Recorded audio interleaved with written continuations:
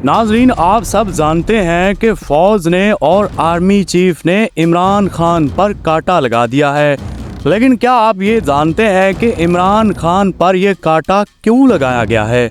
इमरान खान ने जनरल बाजवा के खानदान को नवाजने वाले प्रॉपर्टी डीलर को वजीर आला नहीं बनाया, अपना बंदा वजीर आला लगाया और फिर डट गया।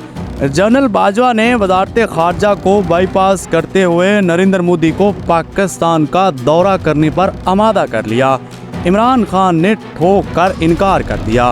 वजीर खारजा शाह महमूद कुरैशी ने वजारत खारजा के डेस्क पर हाथ मारते हुए कहा था कि मुल्क की खारजा पॉलिसी के फैसले यहाँ होंगे, वजारत खारजा में होंगे। जनरल बाजवा ने रातों रात DGISI बदल दिया। इमरान खान ने उठाकर तैनाती फेंक दी और कहा कि समरी भेजो और उसमें 3 नाम भी लिख कर भेजो।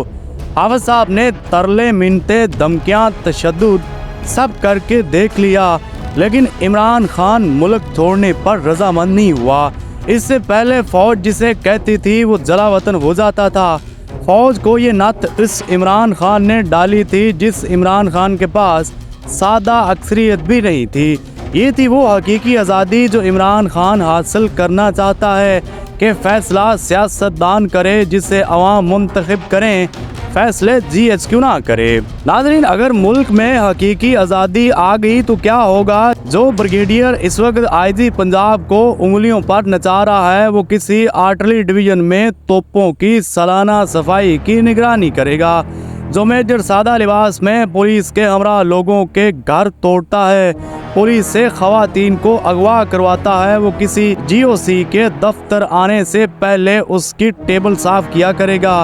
वो कर्नल जो सियासतदानों को फ़ोन करके धमकियां लगाता है कि तहरीके इंसाफ छोड़ दो, वो यूनिट में दरबार लगाकर फौजियों के आपस में झगड़े सुना करेगा कि किस बैरक का साबन किस बैरक के हवालदार ने चोरी किया।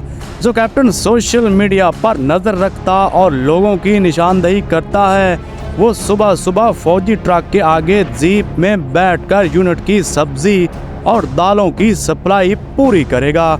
जो मेजर जनरल इस वक्त दहशत की अलामत बना हुआ है और मुल्क भर में बर्बरियत की अलामत बना हुआ है, वो किसी डिवीजन की सालाना मशकों की तैयारी कर रहा होगा। आर्मी चीफ साहब को अवाम और तहरीक इंसाफ से लड़ने की बजाय दुश्मन से लड़ने की फिक्र सतारी होगी। वो किसी टुटपुंजी साफी नमा गुंडे के साथ बैठकर शाम में शराब नहीं पिएगा। यही वो मंजरनामा है जो हकीकी आज़ादी का नाम सुनते ही उनकी तकलीफ में इजाफा कर देता है।